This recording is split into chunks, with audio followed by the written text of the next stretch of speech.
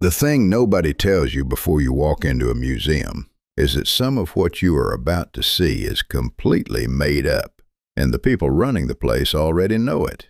Not suspected, not debating, know. And we are not talking about some dusty small-town curiosity shop with hand-painted signs and a suspicious smell. We are talking about the biggest, most respected, most visited institutions on the planet.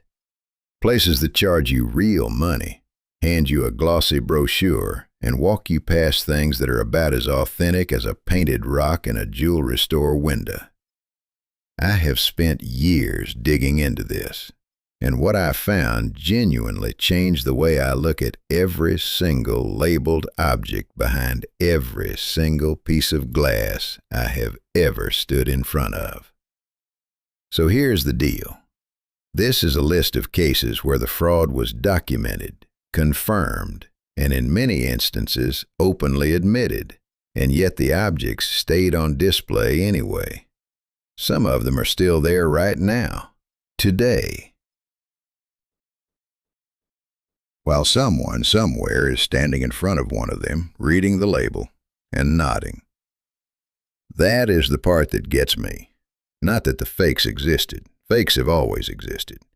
What gets me is how long the institutions held on to them once the truth was already on the table. Because admitting you were wrong costs something. It costs credibility. It costs the ticket sales that come with a famous exhibit. And it costs the comfortable feeling that the people in charge actually know what they are doing. So instead, labels get quietly updated. Exhibits get shuffled to storage. Press releases do not get written. And the visitors keep coming, keep paying, and keep trusting that if something is behind glass in a grand marble building, someone somewhere already checked. Most of the time, that assumption holds. But sometimes, and more often than anyone is comfortable admitting, it absolutely does not. By the time we get through this list, you are going to look at museum labels very differently. Not with cynicism, but with something sharper and more useful than blind trust. And honestly, that is a good thing. The buildings are still worth visiting. The history is still real. But the version of events printed on those little placards is sometimes a work of creative fiction that has been running for longer than most countries have existed. Let us start with the bones. If you find this kind of story as gripping as I do, subscribe and hit like. It genuinely helps more than you think. There is a category of museum display so old and so universally accepted that questioning it feels almost disrespectful. You walk into a natural history wing, you look up, and there they are. Enormous bones mounted on the walls or suspended from the ceiling, and the label tells you something ancient and awe-inspiring.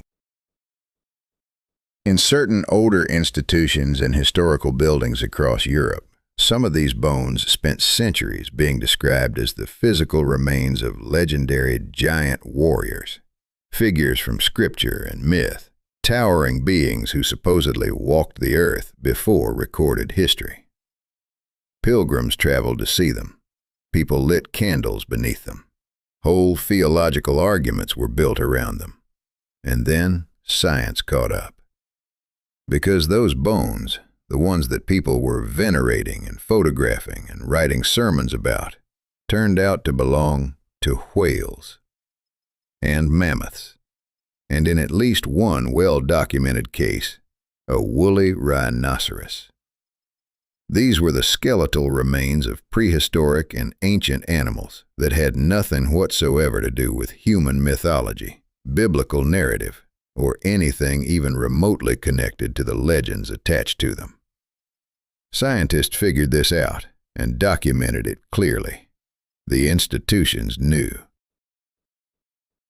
And in a number of cases, the bones stayed exactly where they were because the story attached to them was simply too good, too powerful, and too financially valuable to replace with the accurate one.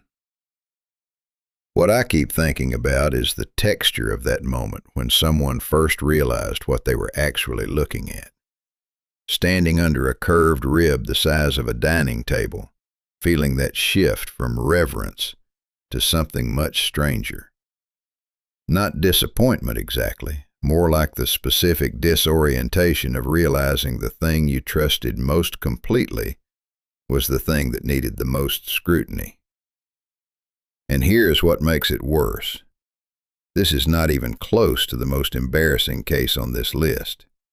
What comes next involves one single tooth, a very confident scientist, and a family portrait that should never have existed.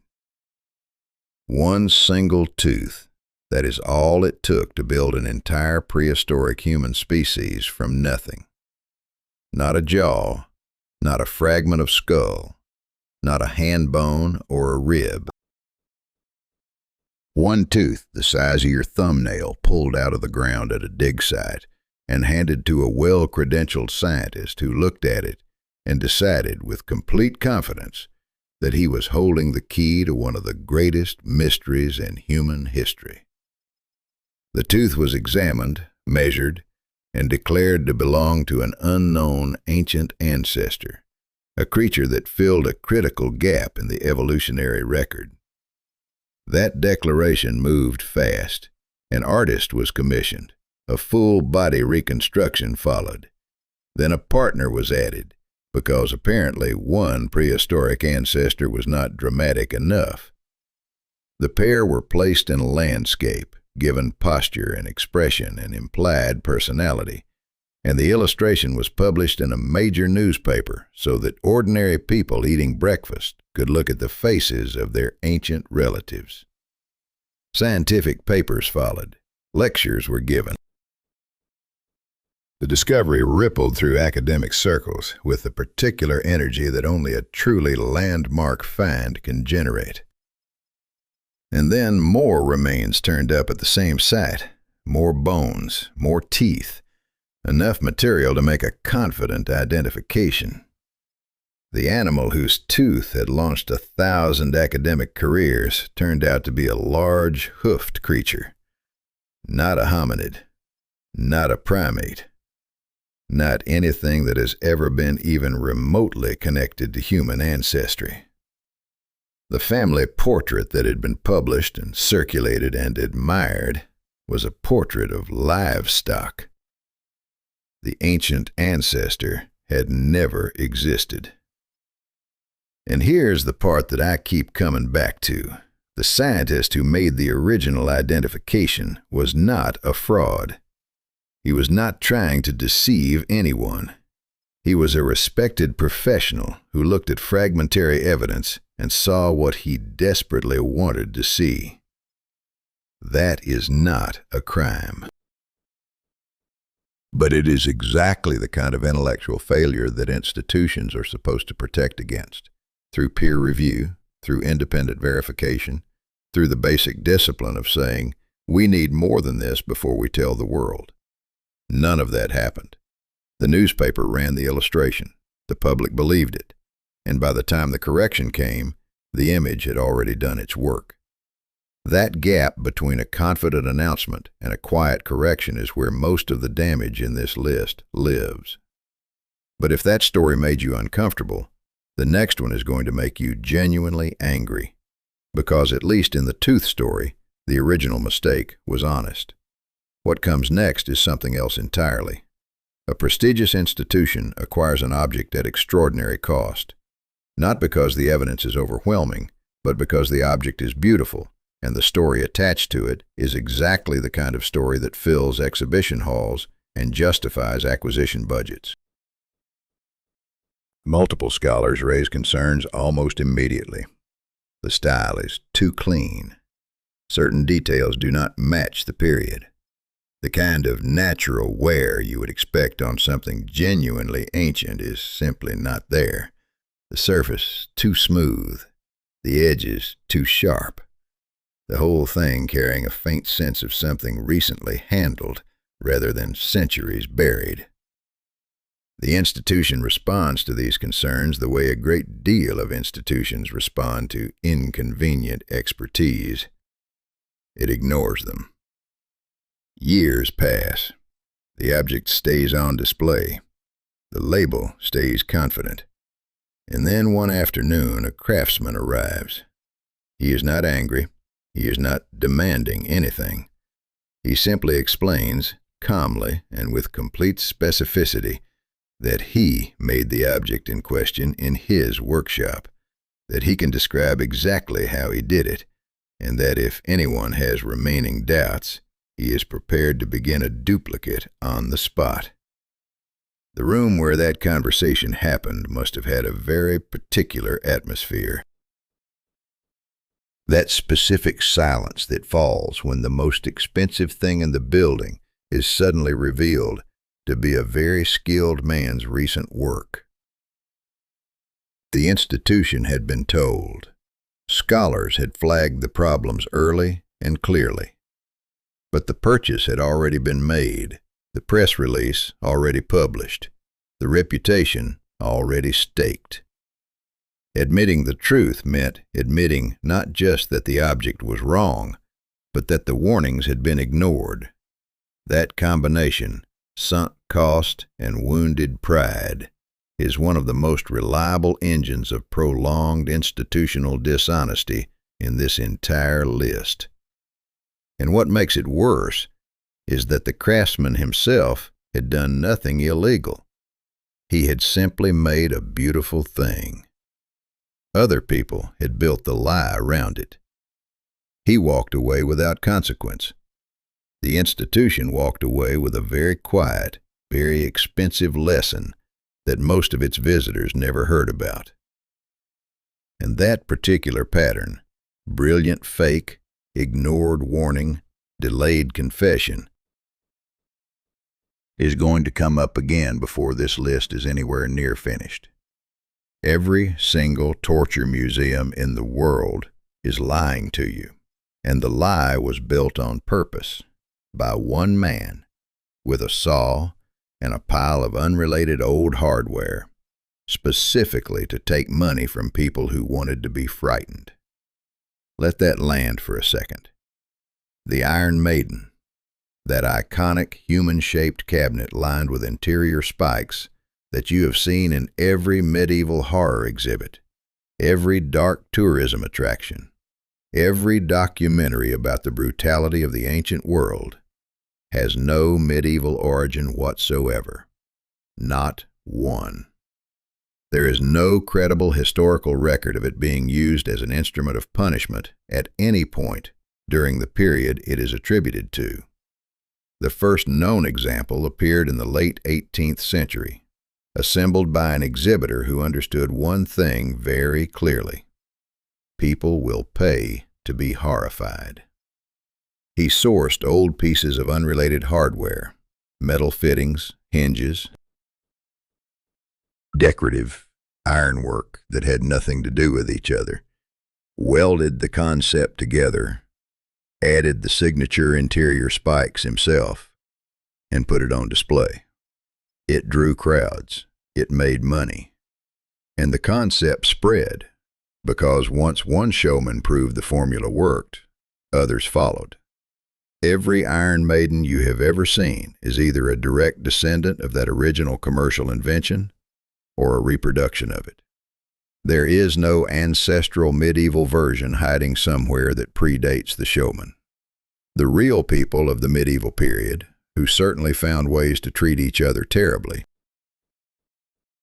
would have looked at an Iron Maiden and had absolutely no idea what they were looking at.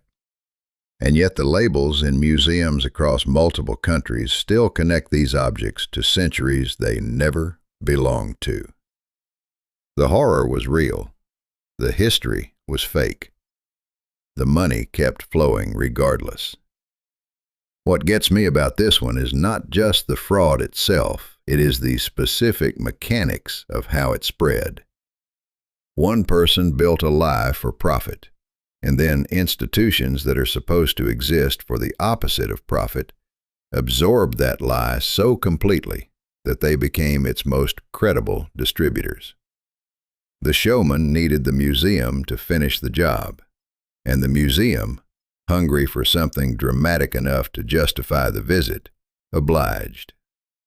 That relationship between spectacle and credibility is the engine running underneath almost every case on this list.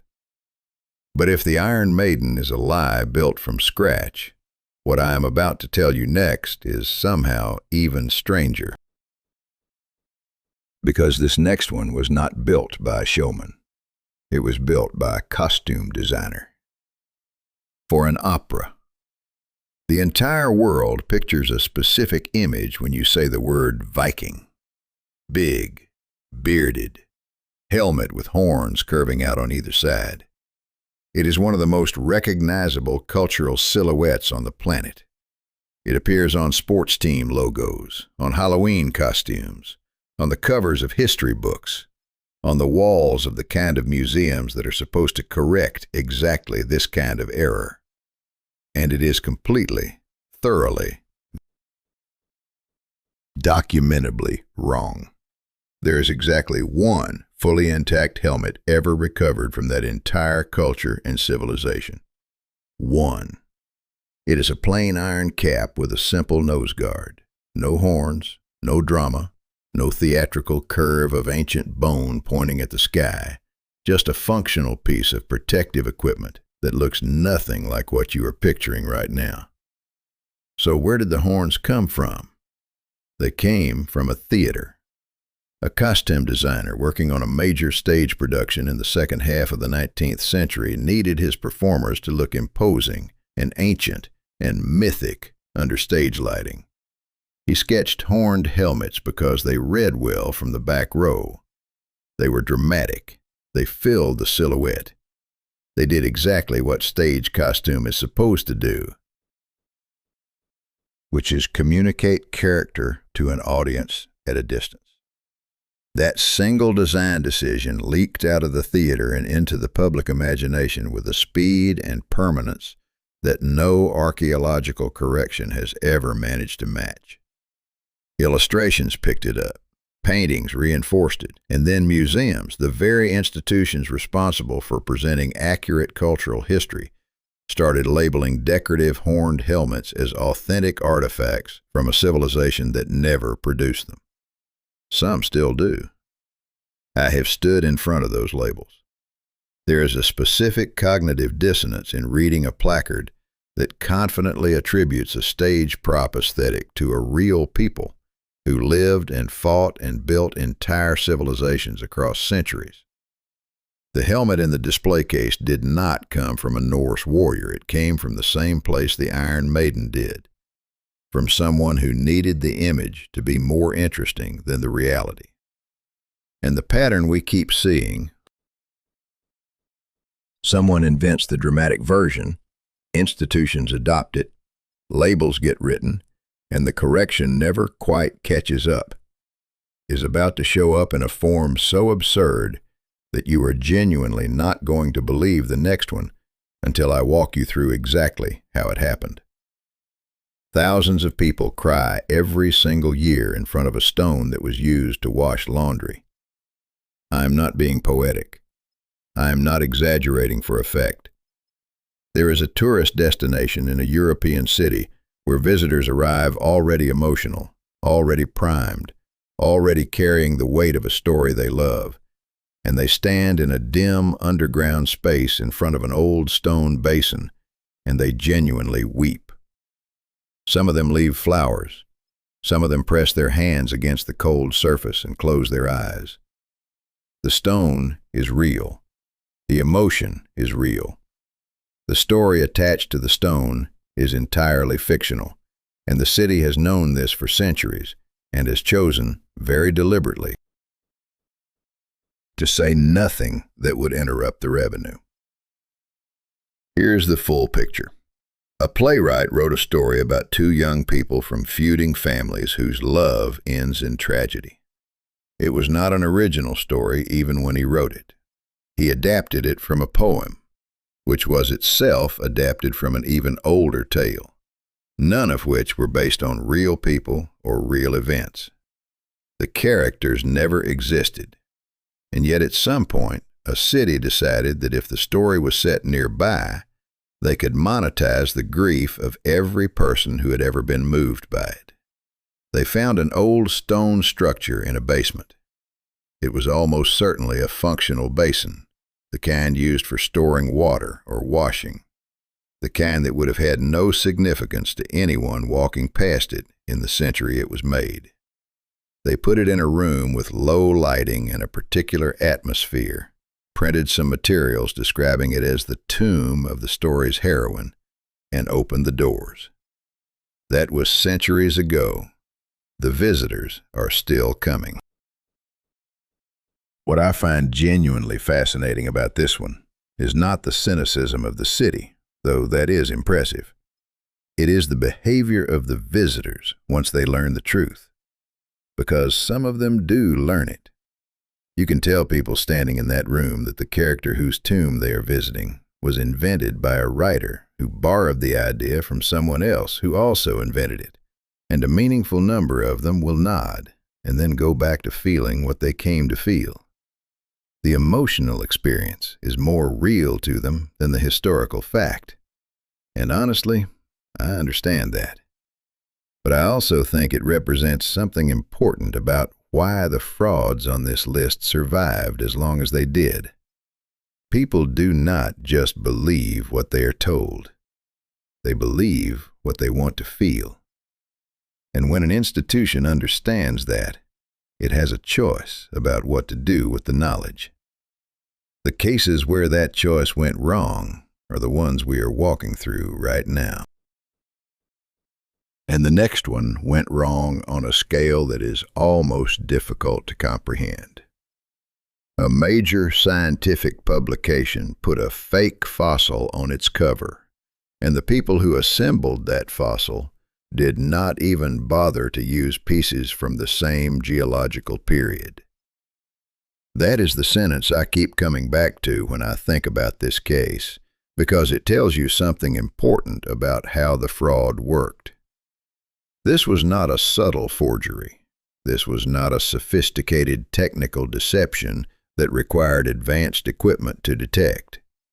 This was two separate fossil fragments, upper body of one creature, tail section of a completely different animal from a different layer of earth, physically joined together and sold as a single specimen. The join was not invisible. The geological mismatch was not ambiguous. The thing should not have survived contact with a competent examination, and yet it made the cover. The announcement was dramatic.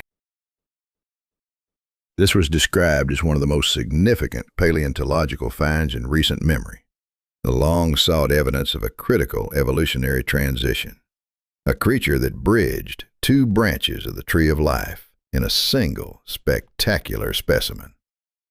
Museums started preparing display replicas before the scientific review process had run its course. The public story was already fully formed before the scientific story had been properly checked. And that sequence, announcement before verification, is exactly how the farmer who assembled the specimen wanted it to go. He had understood the market. He knew what the buyers were looking for. He knew the pressure that institutions and publications were under to find and announce exactly this kind of discovery. So he gave them the shape of what they wanted, and they did the rest themselves. When the truth came out, the retraction was published. It was honest, and it was thorough, and it was one of the most uncomfortable documents that publication had ever printed. But the replicas had already been shipped. The public imagination had already been shaped. The correction existed in the scientific record. The original announcement existed in the cultural memory. Those two things are not equivalent in weight, and everyone involved knew it. The farmer had made a very clean profit, and somewhere in a storage room, there are probably still replicas of a creature that never existed, waiting for someone to decide what to do with them. What comes next is the case that makes this one look almost forgivable by comparison. A man built an entire museum around objects he already knew were carved with a dental drill, based on pictures from comic books, and it attracted serious academic attention for years. That is not a metaphor. That is exactly what happened. And the reason it worked as long as it did is the same reason every case on this list worked. The audience wanted it to be real, and wanting something badly enough has a way of making the obvious questions feel impolite. The objects in question were stones, hundreds of them, eventually thousands, covered in detailed engravings showing scenes that should have been impossible. Humans interacting with creatures that disappeared from the earth tens of millions of years before our species arrived. Surgical procedures depicted with anatomical accuracy. Astronomical instruments in the hands of figures dressed in ancient clothing. A local collector became obsessed. He acquired more and more of these stones, built a dedicated space to house them, and began presenting them to anyone who would listen as evidence of a lost civilization so advanced it rewrote everything we thought we knew about human history. Researchers came. Some were skeptical. Some were genuinely uncertain. The collection was large enough and consistent enough in its imagery that dismissing it entirely required effort. And then a journalist did what journalists are supposed to do. He went and found the man who made them. The carver did not hide. He did not deny it. He sat down, picked up his tools, and demonstrated his technique on camera with the relaxed confidence of someone who has done the same motion 10,000 times. He explained that he based his dinosaur designs on illustrations in popular magazines. He said he could produce several stones in a single day. He said selling them to collectors was simply a more reliable income than the alternatives available to him. He was not embarrassed. He was practical. And what happened next is the part that genuinely disturbs me. Some of the people who had built their entire belief system around those stones watched the demonstration footage and concluded that the carver was lying about having made them. The stones were real. The man on camera showing you exactly how he made them was the deception. That is the moment where wanting something to be true stops being a quirk of human psychology and starts being something you cannot reach with evidence at all. The collection is still there. Some people still visit it with complete conviction. And somewhere in that gap between a demonstrated technique and an unshakable belief is something important about why the next case lasted as long as it did. Because the crystal skull story follows almost exactly the same shape, except this time the institutions involved were not fringe collectors. They were among the most respected museums in the world, and they did not just display these objects, they authenticated them. The skulls were life-size, carved from clear or milky quartz, and they arrived through the antiquities market with documentation connecting them to ancient Mesoamerican civilizations. They were presented as sacred objects, ritual items, products of a craftsmanship so refined it seemed almost impossible by the standards of the tools available at the time. That last part should have been the first clue. When you look at one of these skulls under normal light, the surface has a quality that is hard to place at first. Too smooth in certain places, too consistent, the kind of finish that feels more like something produced by a machine running at a fixed speed than something shaped by hand over months of patient work. Scientists eventually put them under electron microscopes and found exactly what that feeling was pointing toward. The tool marks on the crystal were made by rotary cutting equipment, the kind used in modern jewelry workshops. The marks were too uniform, too regular, too mechanically precise to have come from any hand tool available in the centuries these objects were attributed to. And then the paper trail surfaced. A 19th century antiquities dealer with a well-documented history of selling objects that were not what he claimed they were had passed through the same networks that eventually delivered these skulls to their institutional homes. Both museums updated their labels. The skulls stayed in the cases, which tells you something about the relationship between admission revenue and historical accuracy that no label update can fully address. The acknowledgement was quiet. The display was not. And the story of how those labels got written in the first place, how serious institutions committed so thoroughly to objects that a microscope could have questioned on day one, is the same story we have been telling since the first case on this list. The next one, though, involves a forgery so well constructed that it did not just fool a museum. It fooled an entire university for decades. And the way it was finally exposed is almost more embarrassing than the fraud itself. A major university displayed a forged document as one of its most prized historical possessions for decades, and the people who made it as a joke tried to tell him it was fake, and nobody listened. Let me say that again slowly. The forgers told the truth, and the institution chose the forgery over the confession. That is where we are now in this list, and honestly, it tracks perfectly with everything we have covered so far. Because by this point, you have probably noticed a pattern running through every single case. The fraud itself is rarely the most remarkable part. The remarkable part is always what happens after the doubt arrives. A map surfaced through the antiquities market that appeared to be a pre-Columbian document showing the coastline of North America, charted and labeled decades before the age of European exploration officially began. If genuine, it would have been one of the most significant cartographic discoveries in history. Proof that the knowledge of the New World existed in European circles far earlier than the accepted records showed. The university acquired it, published it with considerable fanfare, and presented it as a document that rewrote the timeline of exploration. Almost immediately, experts flagged concerns. The parchment seemed right. The style seemed plausible. But the ink had a quality that troubled people who spent their careers looking at genuinely old documents.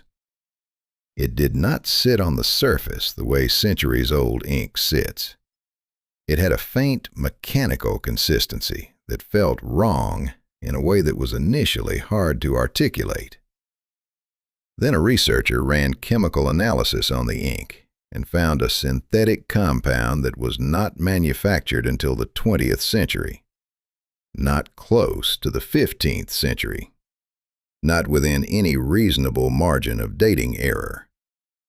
A compound that did not exist until living memory. The university commissioned counter-studies. They found researchers willing to dispute the findings. They held on to the possibility of authenticity with the specific grip of an institution that has already told the world it owns something extraordinary. More studies followed over the following decades. Each one pointed in the same direction. It took an extraordinarily long time before the formal acknowledgement came, and when it did, it was worded with the careful minimalism of people who had spent years preparing to say as little as possible. The map that was going to rewrite history turned out to be younger than the tenured professors who had built careers around studying it. And the ink that gave it away had been sitting there the whole time. waiting for someone to ask the question. Now here is the case that still makes me stop and just sit with it for a moment, because the sheer patience involved is genuinely astonishing. 3 large ancient warrior statues, acquired by one of the world's most celebrated museums over a period of years, and displayed as masterworks of early civilization, were not ancient at all. They were made in the early 20th century by a group of forgers who approached the project with the methodical focus of people who understood exactly what they were up against. They did not just carve something that looked old. They studied genuine artifacts in other collections with real scholarly attention. They understood the stylistic conventions of the period they were imitating. They understood which elements would read as authentic to trained eyes, and which details would trigger suspicion. And then they made deliberate choices about how to combine those elements, taking specific features from different genuine pieces and assembling them into something that felt authoritative without being directly traceable to any single source. The statues passed expert examination. Papers were written, students studied them.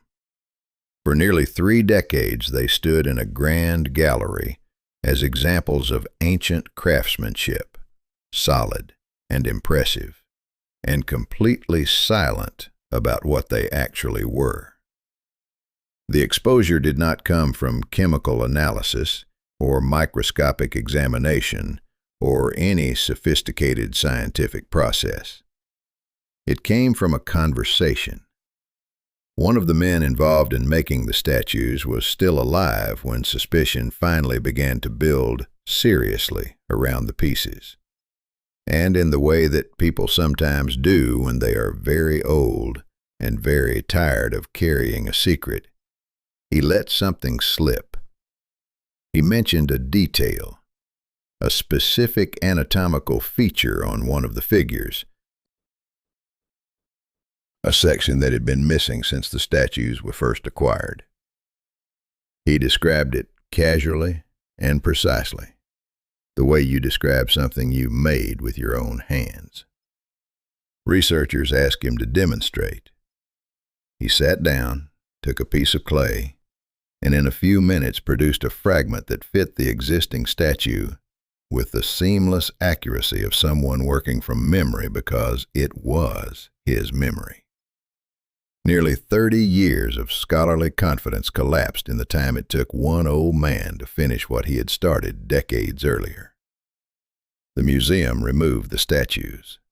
The papers became historical curiosities about how thoroughly a well-researched forgery can embed itself in the academic record. And the forger, who had studied the real thing harder than most of the experts who examined his work, left behind a lesson about the difference between looking carefully and seeing honestly, that the next case on this list took to an entirely different level.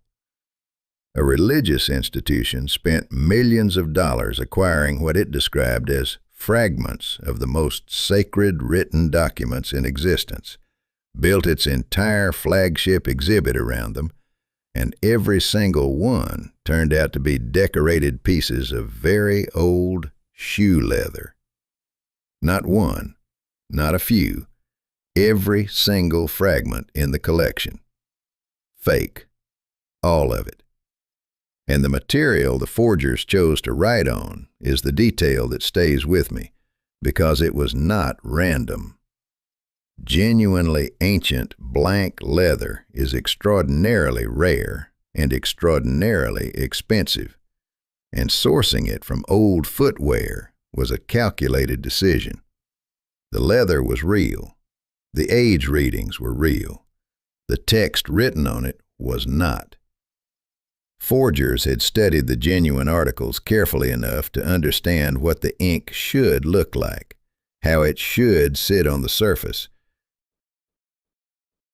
what the letter forms should resemble.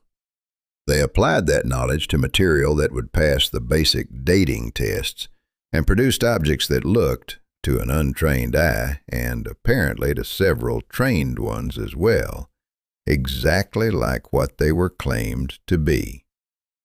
The institution had paid an enormous sum for these pieces over a period of time, acquiring them through dealers who presented documentation and provenance and the kind of professional confidence that expensive things tend to arrive with.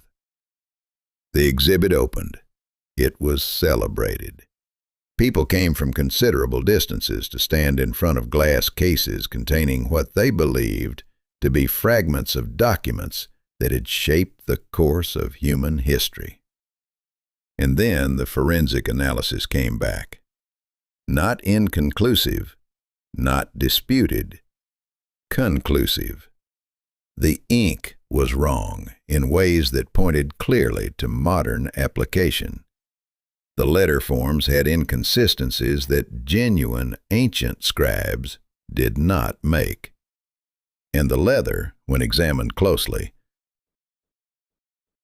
showed characteristics consistent with processed hide from manufactured goods rather than the prepared writing material used in antiquity. The institution removed the pieces. The statement they released was carefully written. It acknowledged the findings without dwelling on the question of how the acquisitions had been approved in the first place, which is the question I find most interesting.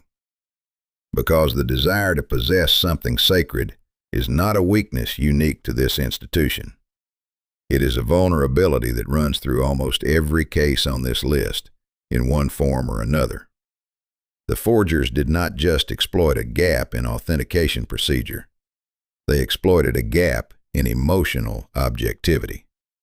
And the next case shows what happens when that same vulnerability operates not in a religious context, but inside the scientific establishment itself, for 50 years,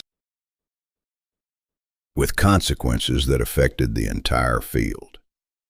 We spent half a century teaching the wrong version of our own evolutionary history.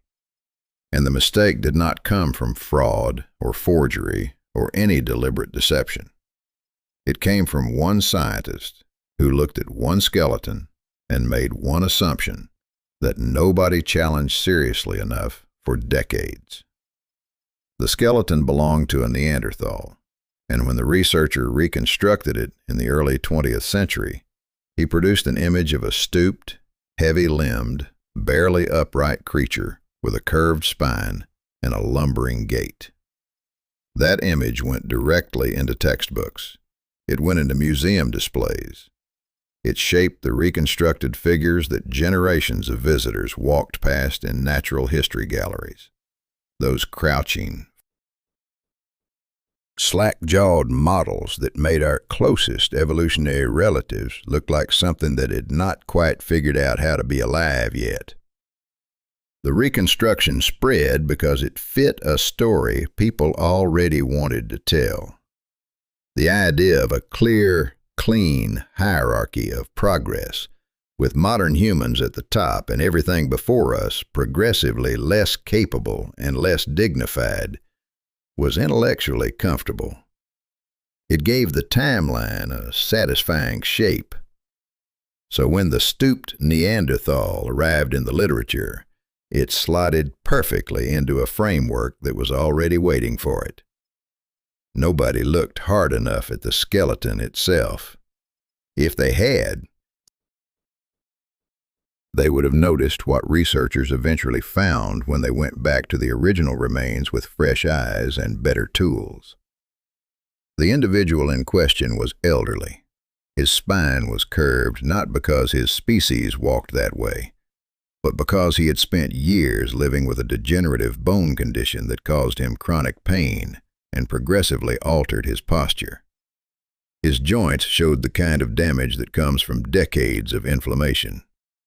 He was, in the most straightforward terms, a sick old man who had survived to a remarkable age, and his body showed every year of it. The reconstruction had taken one individual's medical history and turned it into a species characteristic.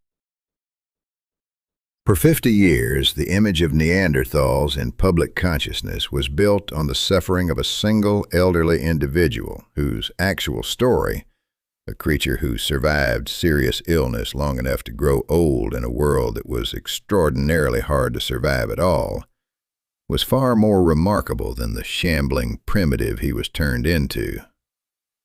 Science corrected the record. The textbooks were updated. The museum figures were eventually replaced with upright, broad-shouldered reconstructions that looked startlingly like us. But the original image had already done its work in the cultural memory, and undoing that takes considerably longer than publishing a correction. What comes next involved no scientific error and no forger, just a prank, a piece of carved bone, and a scientific establishment so thoroughly committed to its own conclusions that it described a joke as evidence. Someone planted a carved bone that looked exactly like a piece of sporting equipment among genuine archaeological finds, and serious researchers picked it up, examined it with straight faces, and wrote about it in academic papers as evidence of primitive tool use by ancient hominids. Not one researcher, multiple, over a period of time. The object in question was found at a site that was already under scrutiny, already generating significant academic attention, already the subject of papers and careers and institutional reputations. It was discovered among other planted items, all of which were part of an elaborate hoax designed to test exactly one thing. How far could you push the credulity of experts who had already decided what they were looking for? The answer turned out to be very far indeed. The carved bone had a shape that, to any person who had ever seen a piece of recreational equipment, would have looked immediately and unmistakably familiar. The curves were wrong for a tool. The dimensions were wrong for anything functional in the way the papers described. The whole object had the specific geometry of something designed for a game, not for survival. And yet the language in the academic descriptions was careful and confident and completely committed to the interpretation of ancient utility. The researchers were not stupid. They were trapped. They were trapped by the same mechanism that has appeared in every case on this list, which is the tendency to interpret new evidence through the framework you have already built, rather than letting the evidence speak before the framework arrives. When you are standing at a site that has already yielded what you believe are genuine ancient remains, and you pick up another object, your brain is already doing the interpretive work before your eyes have finished looking. You are not seeing an object. You are seeing confirmation. The hoaxer understood this perfectly and used it with surgical precision. The prank worked not because the researchers were careless, but because they were committed. And commitment, when it tips past a certain point, starts to look a lot like the thing it is supposed to prevent. What the bone episode revealed was something the scientific community found genuinely uncomfortable to sit with. The same qualities that make a researcher effective, deep investment, pattern recognition, the ability to build a coherent picture from fragmentary evidence, are exactly the qualities a well-constructed deception exploits most efficiently. And the reason this connects so directly to the next case is that the next case took 40 years to unravel. Not because the fraud was technically perfect, but because the people examining it were too invested in a conclusion to look at what was directly in front of them. The most damaging hoax in the history of modern science was not discovered for 4 decades, and in those 4 decades, it did not just sit quietly in a display case. It actively damaged the field. Real discoveries were dismissed, Genuine findings were sidelined because they did not fit the model that the hoax had established. Entire research directions were shut down or ignored because they conflicted with evidence that turned out to be fabricated. The object at the center of it all was a skull, or rather, a combination of two things that had no business being together. The upper portion came from a modern human, probably medieval in origin. The jaw came from an ape. The teeth had been physically altered to blur the distinction. The bones had been treated with chemicals to give them the appearance of great age, stained to a color and texture that matched genuinely ancient material well enough to pass examination by the standards available at the time. When it was presented to the scientific community, it was received as the long-awaited missing link, the transitional form that everyone had been searching for. It had a modern-looking brain case paired with a primitive jaw, which fit the theoretical expectation of the period almost too neatly. And that neatness, that almost suspicious fit, should have been a warning. Things that confirm a hypothesis too perfectly are worth examining twice.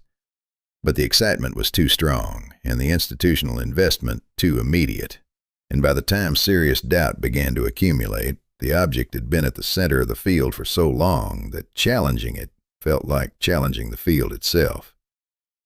When dating techniques finally advanced enough to test the bones properly, the results were unambiguous.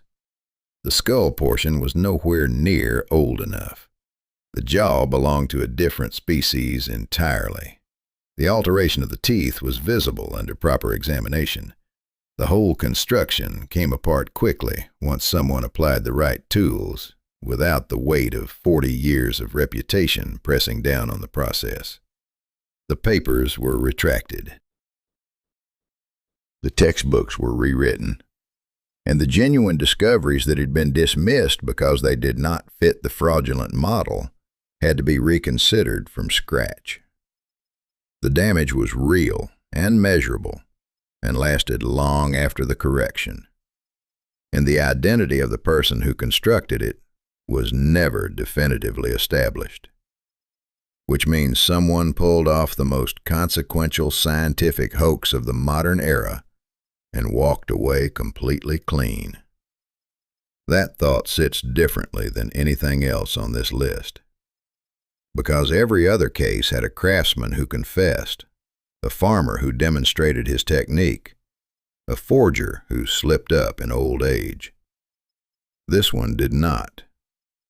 And what comes next is the case where the institution knew the truth almost immediately, chose comfort over honesty, and kept choosing it for longer than most people alive today have been alive. A man carved a giant stone figure, buried it on his own land, arranged for it to be discovered, confessed publicly that he made the whole thing, and still could not convince people it was fake. That is not the setup to a joke. That is exactly what happened, and the reason it belongs near the end of this list is that it is the cleanest possible illustration of everything we have been building toward since the first case. The man was not trying to get rich, at least not initially. He was trying to prove a point. He had a specific belief about human psychology, which was that people will accept almost any claim as long as it confirms something they already want to believe. And he wanted to test it at scale. So he commissioned a large carved figure from a block of stone, had it aged and treated to look old, and buried it carefully on a relative's property. When workers digging on the land struck the stone and uncovered it, the reaction was immediate and overwhelming. Crowds began arriving within days. People paid to stand near it. Local preachers gave sermons about it, describing it as physical confirmation of the biblical record of giants walking the earth. Scientists came and debated whether it was a petrified human body or an ancient carved statue, which is a remarkable debate to be having about something that had been in the ground for less than a year. The money flowed. The newspapers ran the story. And then the man who made it told the truth. He explained exactly what he had done, how he had done it, who had helped him, and why. He was specific and credible and completely honest. And the crowds kept coming. Not because they did not hear the confession. They heard it. They simply decided that a man who stood to lose money by admitting his creation was fake was probably lying about the admission. The logic had inverted completely.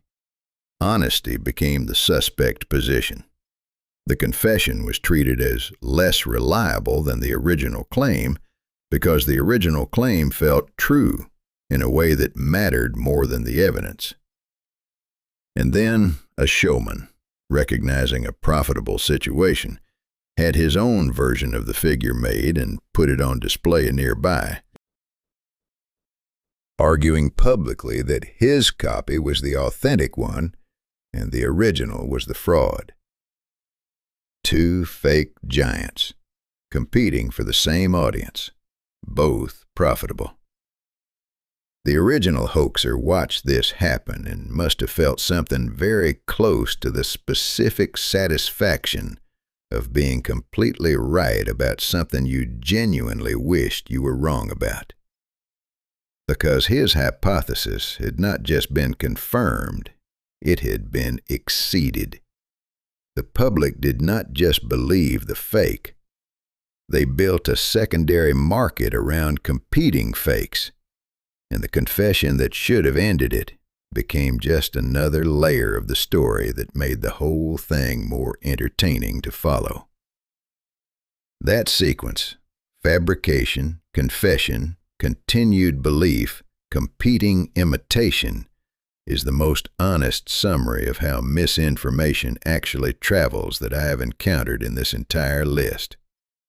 And what makes the final case so fitting as a place to end is that it contains none of the drama of the giant story. No crowds, no sermons, no competing showman, just a golden mask, a famous name, and a very suspicious mustache.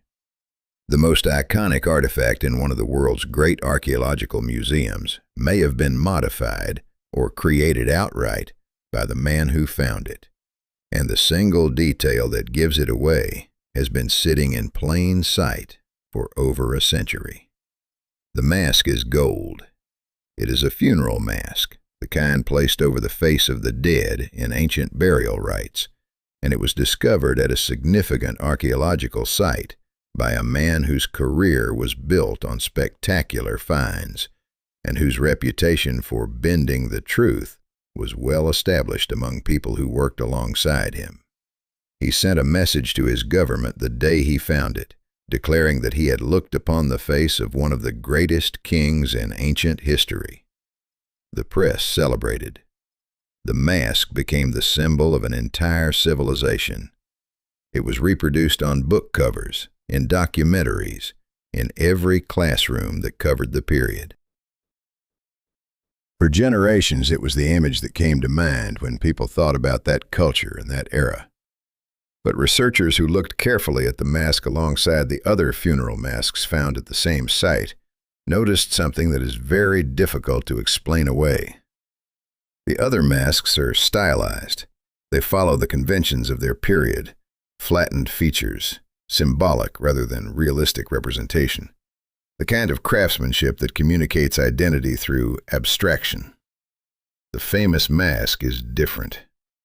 It is detailed in a way the others are not.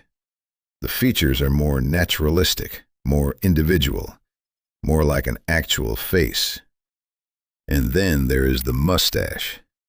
It is prominent and carefully shaped and groomed in a style that has no parallel in any other artifact from the period or the region, but fits very comfortably within the aesthetic conventions of the century in which the archaeologist was working. Researchers have pointed this out. The argument has never been definitively resolved. The museum still displays the mask as genuine, which, given everything we have covered in this list, should come as no surprise at all. Because the pattern we started with in the very first case is the same pattern we are ending with now. The object is beautiful. The story attached to it is powerful. The institution has too much invested in the label to change it without losing something that feels more important than accuracy. And so the mask sits behind glass, with its suspicious mustache and its famous name and its unresolved questions, and thousands of people walk past it every day and feel exactly what the label tells them to feel. Here is the moral of everything you just heard. The lock on a glass case is not there to protect the object from you. It is there to protect the story from your questions. Every single fraud on this list survived as long as it did because the institution holding it needed the story more than it needed the truth. And because the rest of us were comfortable enough with the feeling of knowing that we stopped short of actually checking. So here's the question I want you to answer in the comments right now. If you found out that something you have believed your whole life, something taught to you in school, displayed in a museum, repeated in every documentary you ever watched, was built on the same foundations as everything in this list, would you want to know? Or would you rather keep the feeling? Drop your answer below because I genuinely want to read it. And if this list made you look at the world a little differently today, hit like and subscribe, because we are nowhere near done pulling things off their pedestals.